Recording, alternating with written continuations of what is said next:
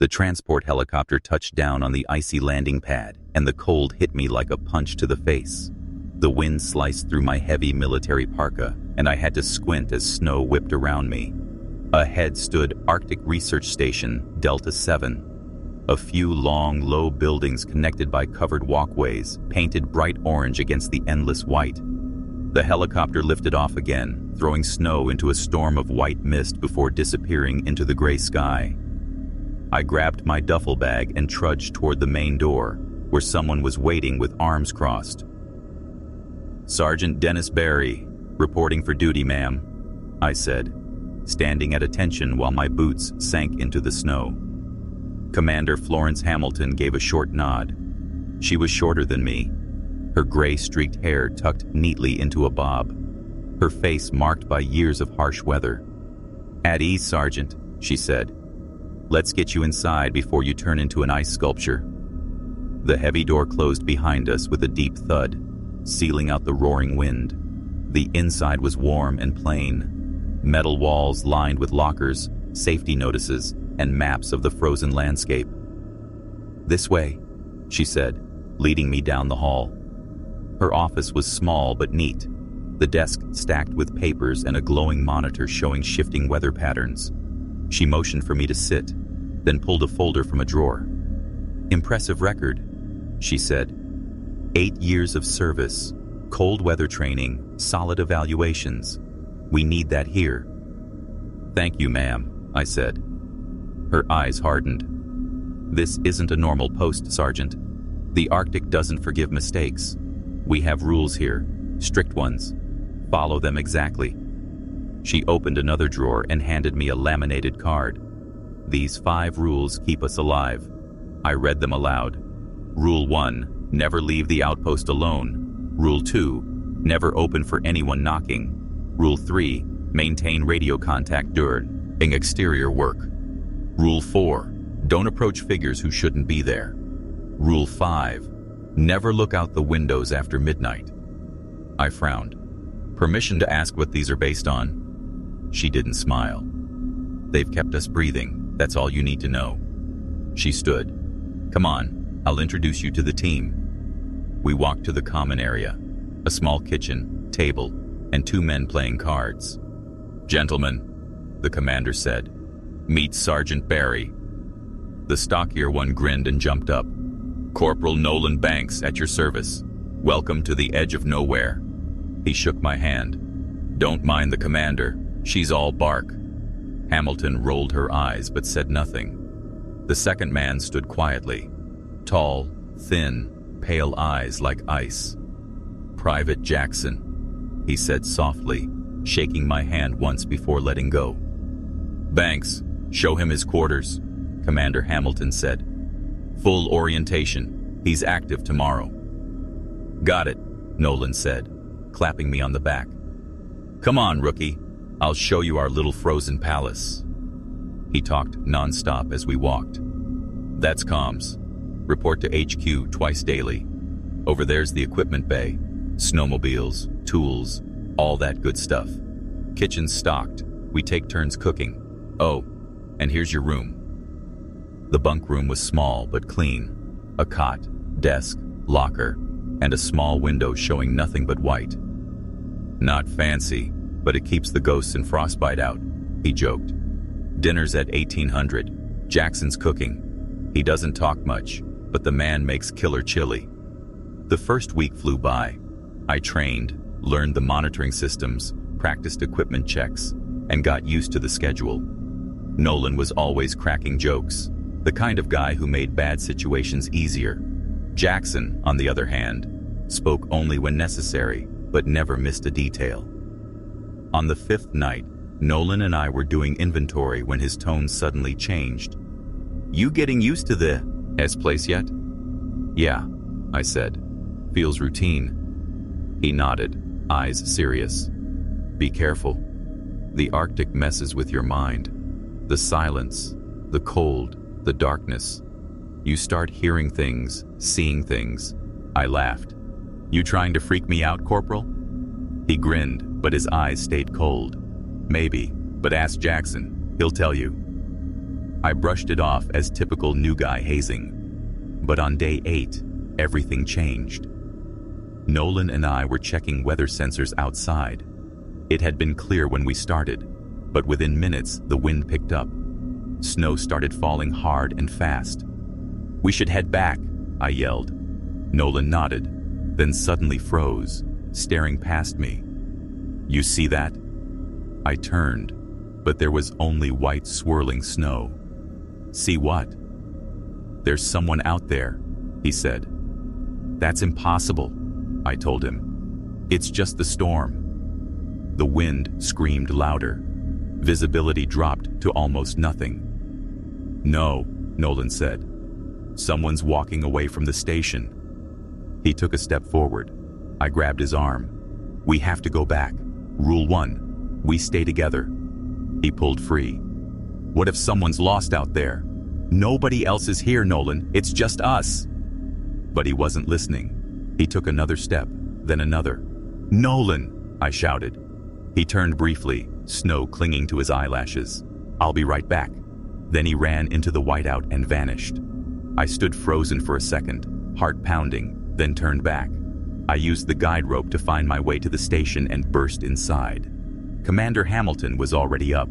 I told her what happened, and she moved fast, ordering Jackson to prep emergency gear and calling HQ. The storm raged through the night. No radio signal, no sign of Nolan. When it cleared the next morning, we searched for hours. Grid sweeps. No tracks, no gear, nothing. It was like the storm had swallowed him whole. The next 2 days were the same. Endless white. No trace. He couldn't have gone far, I told Commander Hamilton. She turned to me, her face hidden behind her goggles. "That's why we have the rules, Sergeant. Never leave alone." When we got back to at evening, Jackson was sitting in the common room, staring at the wall. "No luck?" he asked. "Nothing," I said, hanging up my coat. "It's like he vanished." Jackson just nodded. "That's how it happens." I wanted to ask what he meant, but the look in his eyes stopped me. By day 3, HQ called off the search. Official report. Missing, presumed dead. Life went back to normal, or tried to. 3 nights later, I was alone in the communications room on the night shift. The clock read 2:17 a.m. The hum of the radio filled the silence.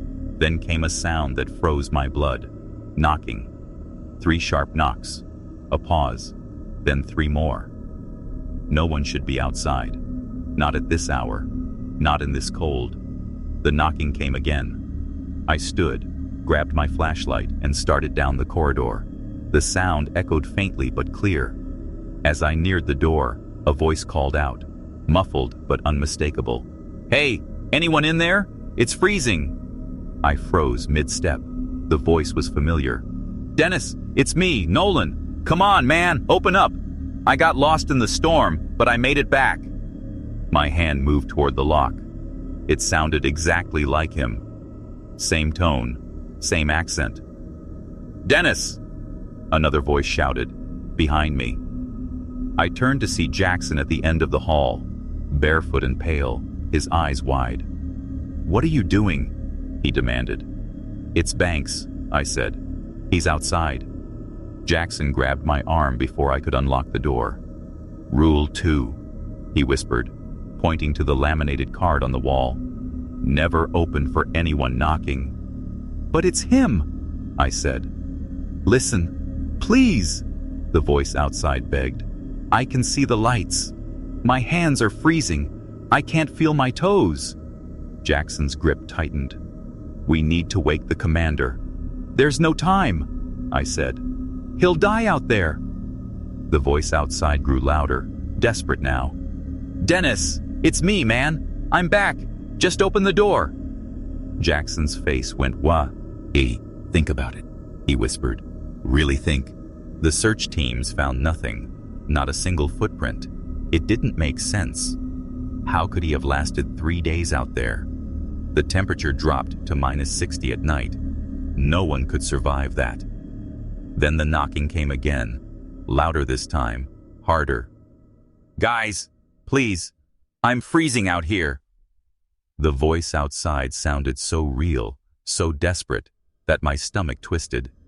I hesitated, torn between following the rule and what felt like the right thing to do. Jackson saw my doubt and grabbed my arm, pulling me back toward the communications room. His voice shook as he said, "The rules keep us alive. That's what Bradley always says." For the next hour, we sat there in the dim light, listening. The voice that sounded exactly like Nolan Banks went from begging to reasoning, and finally to rage. "Dennis, I thought we were friends. How could you leave me out here? I'd never do this to you." The voice grew sharper, angrier. "This is cruel. You're going to let me die out here. Open the damn door. I know you can hear me." Each word hit harder than the last, but as I listened, something started to feel off. For all his pleading, all his shouting, the voice never said anything personal. Nothing about Texas, his mom, or the story about his sister's wedding. Nothing about our talk in the storage bay when he joked about Arctic hallucinations. It was Nolan's voice, but it wasn't Nolan. Then suddenly, silence. No more knocking, no more words, just the low hum of the heater and our breathing. We didn't move.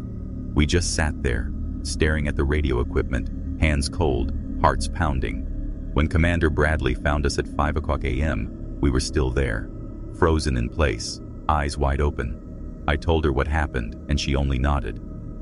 "Write it in the log," she said calmly. She didn't even look surprised. "Check outside, in daylight only." When morning came, the wind had stopped. The world outside was still and sharp, painted in icy blue light. Jackson and I suited up and stepped out into the cold. The snow crunched beneath our boots as we walked toward the main entrance. I knelt to look closer. The ground was untouched. No footprints, no drag marks, nothing. The snow was smooth and perfect, as if no one had been near the door at all. "He was here," I whispered. We both heard him. Jackson didn't answer. He just stared at the horizon, eyes pale and unreadable. A week passed quietly. The three of us fell into a slow rhythm again, running systems, logging data, keeping the routines that kept us sane. The station almost felt normal. Then the next transport helicopter arrived. The sound of its blades tore through the still air. When it landed, a tall man stepped out with a duffel bag slung over his shoulder. Sergeant Jasper Robertson. He looked like he walked straight out of a recruitment poster, sharp, confident, and sure of himself. He saluted Commander Bradley, then followed her inside. During his orientation, I watched him closely. His face barely moved as she explained the rules, though his eyes narrowed when she handed him the laminated card. "These 5 rules keep us alive," she said. He gave a polite nod and slipped the card into his pocket. But there was something in the way he smiled, a quiet smirk, like he thought it was all nonsense. When I showed him around later, he asked, "So what's with these rules anyway? Bit much for a research post, don't you think?" "They keep us alive," I repeated, just like Commander Bradley always did. My voice sounded heavier this time. "Especially rules 1 and 2. He chuckled. "Right.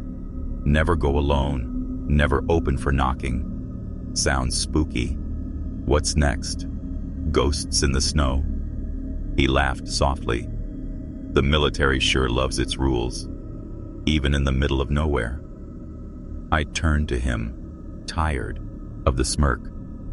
"Banks thought it was funny too," I said quietly. "Now he's gone." The grin faded, but he still didn't seem convinced.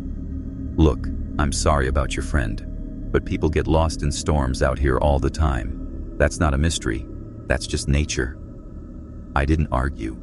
How could I explain what we heard?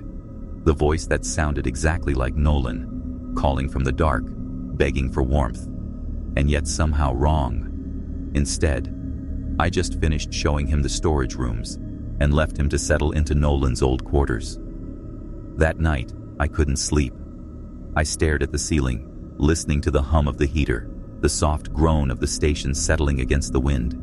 I kept thinking about Robertson, his confidence, his disbelief.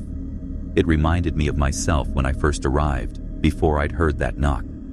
Before I'd learned that the rules weren't superstition, they were survival. The next morning, Robertson and I went out for exterior maintenance. The storm had cleared and the air was painfully still. Our task was simple: check the outer sensors and clear any snow blocking the units. The horizon stretched endless and pale around us, the sun barely a smudge behind the clouds. "Radio check, Robertson," I said as we reached the first array about 50 yards from the main entrance. He nodded but didn't reply. I noticed his hand reach down to his belt, and then click. His radio went dark. "What are you doing?" I said, pointing. He shrugged. "Relax, man. We're 20 steps from the door. Who are we gonna call? Each other?" "That's not the point," I said firmly. "Rule 3, maintain radio contact during exterior work." He rolled his eyes, smirking again. Yeah, I remember. Rules, rules, rules. You guys really drink the Kool-Aid around here, huh? "This isn't a joke," I told him, but he had already turned away, trudging toward the sensor. From the main window, I could see Commander Bradley watching us. I thought about calling it in, but decided to wait. I'd tell her later.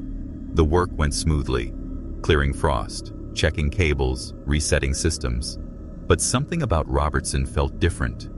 The easy confidence he'd had that morning was gone. He moved slower, quieter. When we headed back, he kept glancing over his shoulder, like he expected to see something behind us. Inside the station, I removed my gloves and turned toward him. "Everything all right?" I asked. He blinked slowly, his eyes distant. "Fine," he said finally. "Just cold." But as he said it, I noticed something strange, a flicker in his expression, like a shadow had passed behind his eyes. At dinner that night, he barely spoke, barely ate. The warmth from the stove did nothing for him. He just sat there, silent, staring at nothing. And for the first time since Nolan disappeared, I felt the cold again. He kept glancing toward the windows, even though they were all covered like the rules said after dark. When I tried to talk to him about his past work or training, he barely spoke, just short, empty answers, his eyes unfocused, as if listening to something none of us could hear. "You feeling all right, Robertson?" Commander Bradley finally asked, noticing how off he was. "Yes, ma'am," he said quietly, but it didn't sound convincing. Later that night, I found Jackson sitting alone in the communications room. I told him what had happened, how Robertson had switched off his radio outside. Jackson's eyes widened slightly. "He turned it off?" "Banks said the same thing before." He trailed off, not finishing the sentence, but I knew what he meant. The next morning, Jasper joined us for breakfast, but he didn't eat. He just stared at the wall, answering questions only after long pauses. When Bradley asked him to check inventory in the storage bay, he nodded without a word and walked out like a machine. "Something's wrong with him," I whispered once he was gone. Bradley's expression stayed steady, but her voice was firm. "Keep an eye on him," she said, "but don't leave him alone outside the station." Over the next few days, Jasper's behavior grew stranger. Jackson noticed first. He said Jasper had stopped eating with us and started taking food late at night when no one else was around. I also realized his bed looked untouched each morning, like he hadn't slept there at all. "He's spending a lot of time in the storage bay," Jackson told me on the fourth night. "I found him just standing in the dark, didn't say a word." By the fifth morning, things felt off. Bradley assigned Jasper and me to run a standard equipment check, but when I knocked on his door, there was no answer. I searched the common room, the kitchen, the comms area. Nothing. When I reported it to Bradley, her face hardened. "Check the exterior door log," she ordered. The log showed the door had opened at 4:23 a.m., but when we checked the bay, Jasper's cold gear was still there, and his radio was lying on the floor, switched off. Bradley launched a full search, same as when Banks vanished. But just like before, we found nothing. No footprints past 20 yards. No gear. No trace that he had ever left. He was simply gone, leaving behind only his silent radio. For 2 weeks after, it was just Bradley, Jackson, and me running the station. The incident erased any last bit of doubt I had about the rules. We followed them exactly. Radios always on, never alone outside, windows covered tight after dark. Sometimes we still heard the knocking, faint but steady, echoing through the metal walls. Jackson became jumpy, checking locks over and over, startled by even the smallest sounds. Bradley kept her composure, but her eyes gave her away. They looked more tired each day. 15 days after Jasper disappeared, Bradley and I did a daylight perimeter sweep. We kept each other in sight the whole time, radios crackling with our Riguan check-ins. I was inspecting the western sensor array when something caught my eye. A figure standing on a ridge about 100 yards away. My heart froze. The shape, the build, even the way the man held his shoulders. It looked exactly like Nolan Banks. He lifted an arm and waved, almost friendly. "Barry, status check." Bradley's voice came through my radio. I didn't answer right away. Banks was waving again, now motioning for me to come closer. "Barry, do you copy?" Her tone sharpened. I pressed the radio. "I copy. Commander, there's someone on the ridge. It looks like Banks." There was a pause. "Remember Rule 4, she said. "Don't approach anyone who shouldn't be here." "But what if..." "That's an order." I froze in place. Banks had been my friend. What if he really had survived? Still, something deep inside screamed not to move. I raised my binoculars and focused on him. At first, it looked just like Banks. The same jacket, same gear. But the longer I stared, the more wrong he seemed. His arms were too long, his face off somehow, like someone had tried to recreate him from memory but missed something vital. I lowered the binoculars, my stomach turning. The figure stood still, watching me without moving an inch. Bradley arrived beside me, lifted her binoculars, and studied the figure. "How long's he been there?" she asked. "About 5 minutes," I said. "It looks like Banks, but it's not," she finished, lowering the glasses. "We're heading back. That's an order." I didn't argue. As we walked back, I couldn't stop glancing over my shoulder. An hour later, I checked again through the telescope. The figure was still there, frozen like a statue. Jackson joined me quietly. "Has it moved at all?" he whispered. "Not an inch." We watched until the sun started to set. Then, in the dim light, I looked one last time. The ridge was empty. No figure. No footprints, just untouched snow. A few days later, I was checking the western sensors again when Jackson came hurrying toward me across the snow, pale and tense. "Dennis," he said in a low voice, "I need to talk to you." I could tell something was wrong before he even spoke again. "I broke Rule 5 last night." My blood went cold. "You what?" "I looked out the window after midnight," he said, his voice shaking. "I heard tapping. 3 knocks, then a pause, then 3 more. Over and over. I felt my skin crawl." "What did you see?" I asked. He swallowed. "People, standing outside, all around the outpost. Banks was there. Robertson. Others too. Faces I didn't recognize. They were just staring up at the windows." I grabbed his arm. "Did you tell Bradley?" He shook his head. "Not yet. How do I even explain that?" "We'll figure it out," I said. "But no more breaking rules. Promise me." He nodded, but his eyes kept darting around like he expected to see those faces appear again. Over the next few days, he got worse. He barely ate, pacing at night, muttering to himself. Sometimes I'd catch him staring at the windows, his hands trembling. Bradley noticed too. "What's going on with George?" she asked me quietly one morning. I told her everything, what he'd said, what he'd seen. She listened in silence, her jaw tight. "Keep an eye on him," she said, "and make sure he remembers the rules." But it was already too late. That evening, I found Jackson in the communications room, his ear pressed to the wall. "They're in there," he whispered. "In the walls. Talking." I stood still, listening. All I could hear was the faint hum of the generator. "There's nothing in the walls," I said gently. "Come on, let's get you some food." He shook his head, frantic. "They know my name, Dennis. They know everything." I finally got him back to his room, but he wouldn't lie down. He just sat there staring at the covered window. "Don't look out there," I reminded him. "Remember Rule 5. "It doesn't matter," he said quietly. "They know I saw them." The next morning, I woke to Bradley pounding on my door. "Bri, get up. Jackson's gone." We searched the whole station, no sign of him.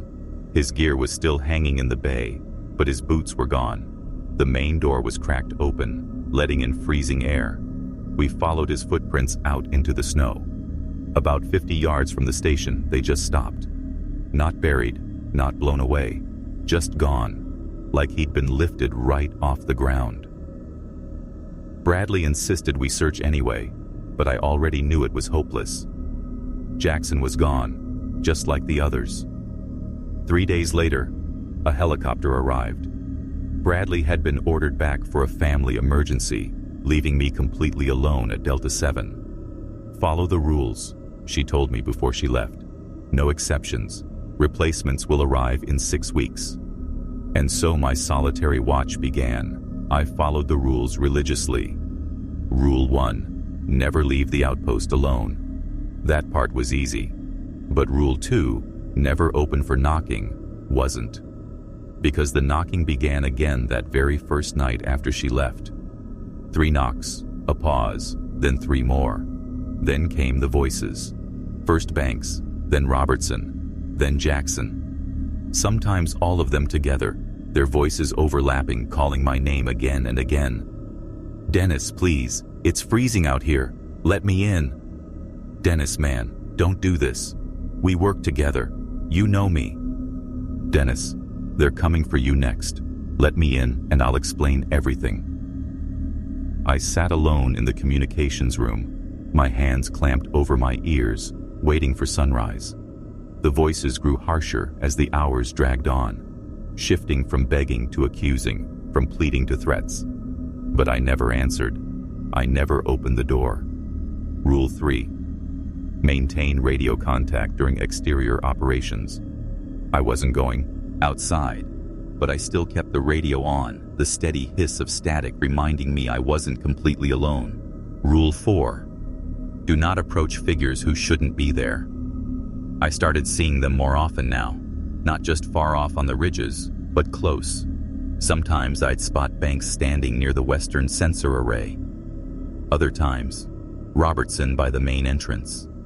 Once, Jackson appeared at the equipment bay window, his face twisted like it was pressed against melting glass. I recorded everything: dates, times, what they looked like, how long they stayed. Sometimes they just stood still for hours, watching. Sometimes they moved back and forth, making strange gestures I couldn't understand. And then, they'd vanish. Not walk away, just gone, like they were erased between one blink and the next. Rule 5. Do not look out windows after midnight. That was the most important one. Every evening before sunset, I covered every window with the heavy blackout curtains designed for Arctic summer. No matter what I heard, tapping, scratching, or voices calling my name, I never pulled those curtains back after dark. For 6 long weeks, I lived by those rules. Wake up, check systems, record strange activity, eat, maintain the station, cover the windows before nightfall, ignore the knocking, try to sleep, repeat. The figures came more often as the days passed. At first, one every few days. By week 4, I saw them daily. By week 6, there were several at once, standing in a wide ring around the station, always facing inward. Whenever I could, I took photos. Most were blurry or distorted. Some just showed dark shapes against the snow. Others revealed clearer human figures, except their bodies didn't look right, like their bones were arranged wrong. The nights were the hardest. The knocking started the moment darkness fell, followed by voices that sounded exactly like my missing crew. Sometimes they begged, sometimes they warned me, sometimes they just repeated my name for heat, hours without stopping. But I never broke the rules, not once. And slowly, I started to understand. Those rules weren't random orders. They were a survival guide. Each one existed because of something out here, something that wanted us. When I got the message that my replacement team was on their way, I almost cried. Lieutenant Gabriella Manning and Corporal Ethan Schneider. I memorized their names like a prayer. Just a few more days, I told myself. Then I could leave. The night before they were set to arrive was my last one alone. I went through my routine as usual, checked the systems, cooked a small meal, wrote down my notes, drew every curtain tight before sunset.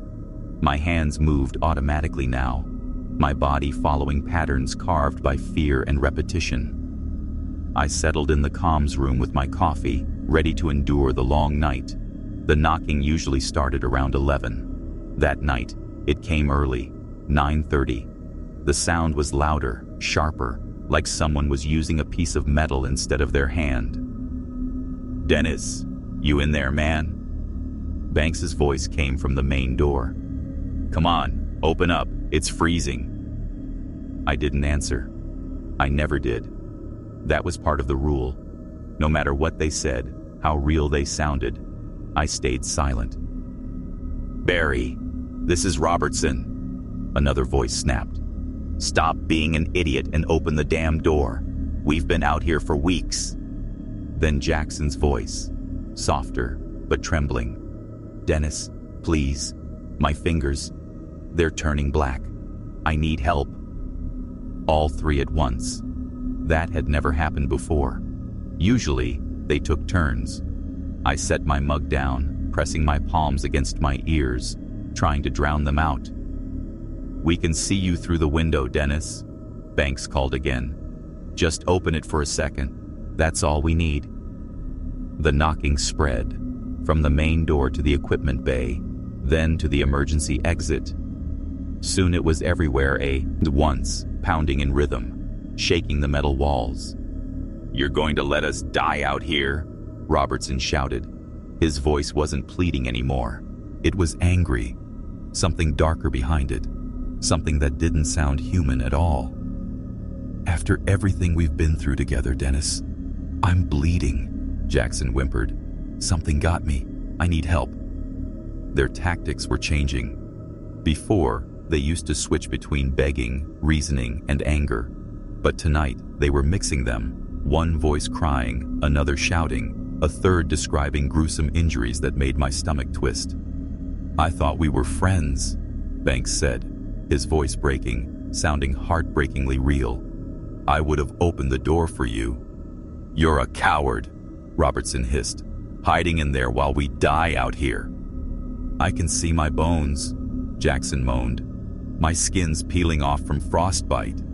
I moved to the center of the room, as far from the walls as I could, and began whispering the 5 rules like a prayer. 1. Never leave alone. 2. Never open for knocking. 3. Keep radio contact when outside. 4. Never go near things that shouldn't be there. 5. Never look out the windows after midnight. The voices outside grew more desperate as the night went on, twisting from pleading into anger, into personal attacks. They knew things about me, my town, my family, things only my real crew could have known. It made my blood run cold. "Remember when you told me about your brother's accident?" Banks called. "How you still blame yourself?" "I'm the only one you told, Dennis. It's really me." That part was true. I had told Banks about my brother one late night during a maintenance shift. My pulse raced. For a second, I almost believed him. But I knew better now. Whatever those things were, they weren't my friends. Somehow, they could pull memories from the real Banks, or maybe from inside my own head. Around 2 in the morning, their tone changed again. The pleading stopped. The threats began. "We're going to get an even, Thule," Robertson growled, his voice vibrating through the walls. "And when we do, you'll wish you'd open the door when we asked nicely. We know how to hurt you," Jackson said, his voice cold now, stripped of all weakness. "There are more of us now," Banks added. "We're not alone anymore." The knocking turned into pounding, heavy enough that small objects rattled off the shelves. I checked the monitors over and over, but they showed nothing. No figures, no movement, just endless white snow glowing under the moonlight. But the pounding didn't stop. It grew louder, sharper, like it was inside the walls themselves. I didn't sleep. When morning finally came, the silence was deafening.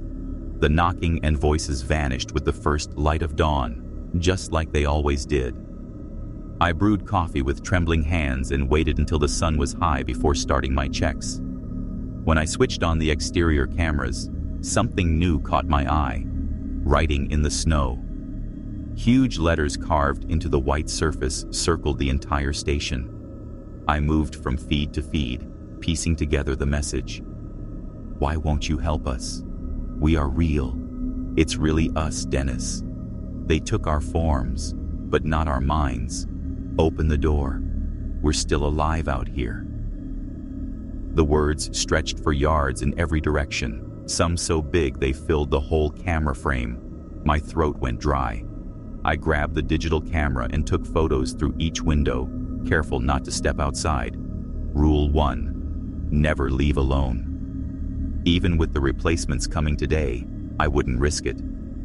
The snow words looked freshly made, clean edges, untouched by the wind. Some looked written by hand or a stick. Others looked pressed deep, like something heavy had been dragged through. That thought froze my blood. I spent the rest of the morning documenting everything, adding new images to my growing collection of evidence. Part of me wanted to go outside, to see if there were footprints or any clue about what had made the messages. But Rule 4 stopped me.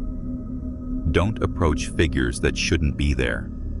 And whatever wrote those words, it shouldn't exist. The station felt different that day. The walls seemed thinner, the air heavier. I left the radio on, letting the static fill the silence, pretending it was another human voice. Around noon, I heard the faint, rhythmic beat of helicopter rotors in the distance. The sound grew louder, clearer, until I saw it descending onto the pad outside. 2 figures stepped out, ducking under the blades. They moved like trained soldiers, efficient and alert. Relief flooded me when I saw them through the window. Real people. I opened the door for the first time in 6 weeks. Lieutenant Gabriella Manning entered first, removing her hood to reveal dark hair pulled back tight. She saluted. "Sergeant Barry, Lieutenant Gabriella Manning reporting for duty, sir." Behind her came Corporal Ethan Schneider, tall and broad-shouldered, giving a sharp nod. "Welcome to Arctic Research Station Delta 7, I said, my voice rough and unused. "Please, come in and lock the door." They exchanged a puzzled look but obeyed. I led them to the common area, where I'd prepared coffee and laid out schematics. Before we started, I told them the only thing that mattered. "There are 5 rules you must know." I showed them my laminated card, worn soft at the edges. "These aren't suggestions, they're survival instructions." Manning leaned forward, eyes sharp. "We were told there were special protocols here, but not what they were." "The briefing didn't cover this," I said. "What I'm about to tell you will sound insane.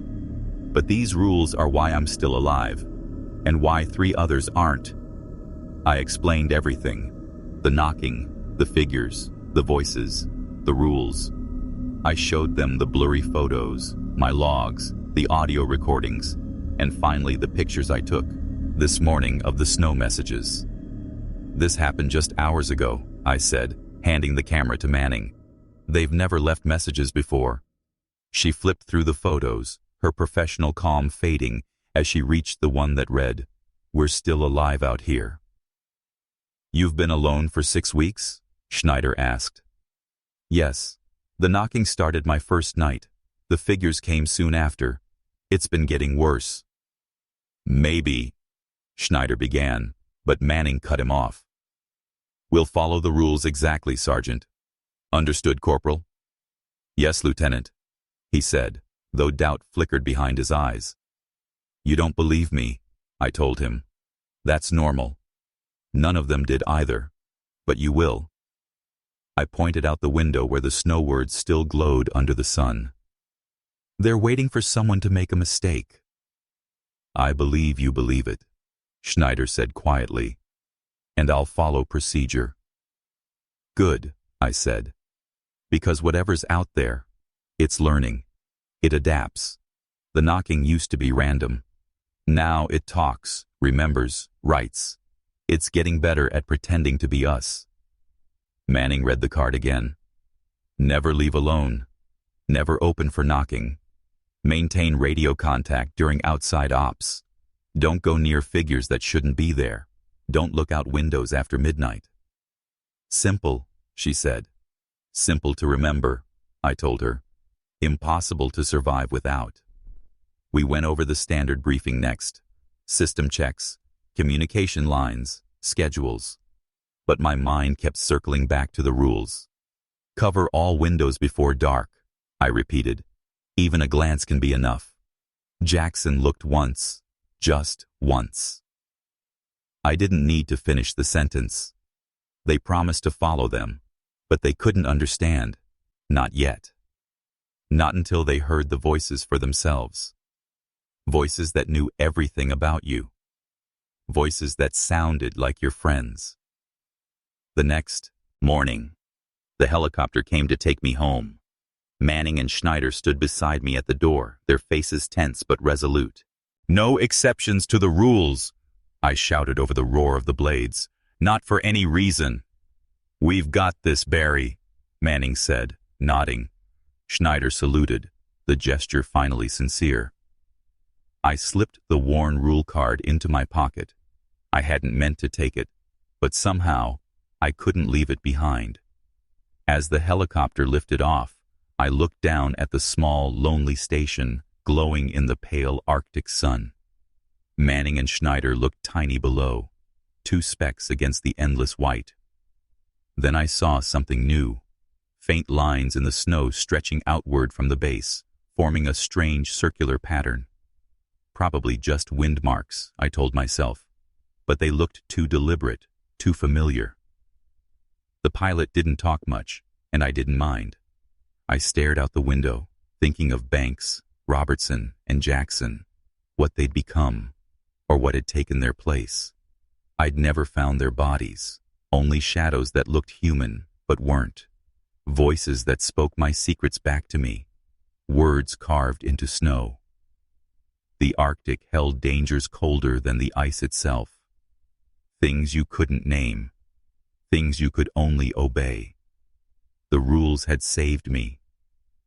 5 simple, fragile lines between sanity and death. Never leave alone. Never open for knocking. Keep radio contact. Stay away from what shouldn't exist. And never, ever look out the windows after midnight. Back at headquarters, they debriefed me, recorded everything I said, studied my photos, and nodded with polite disbelief. I told them it wasn't isolation or stress. It was something else. They smiled like they'd heard that before. They sent me back to normal duty soon after. But I wasn't the same. I still checked in on the radio too often. I sat with my back to walls. I avoided being alone near glass.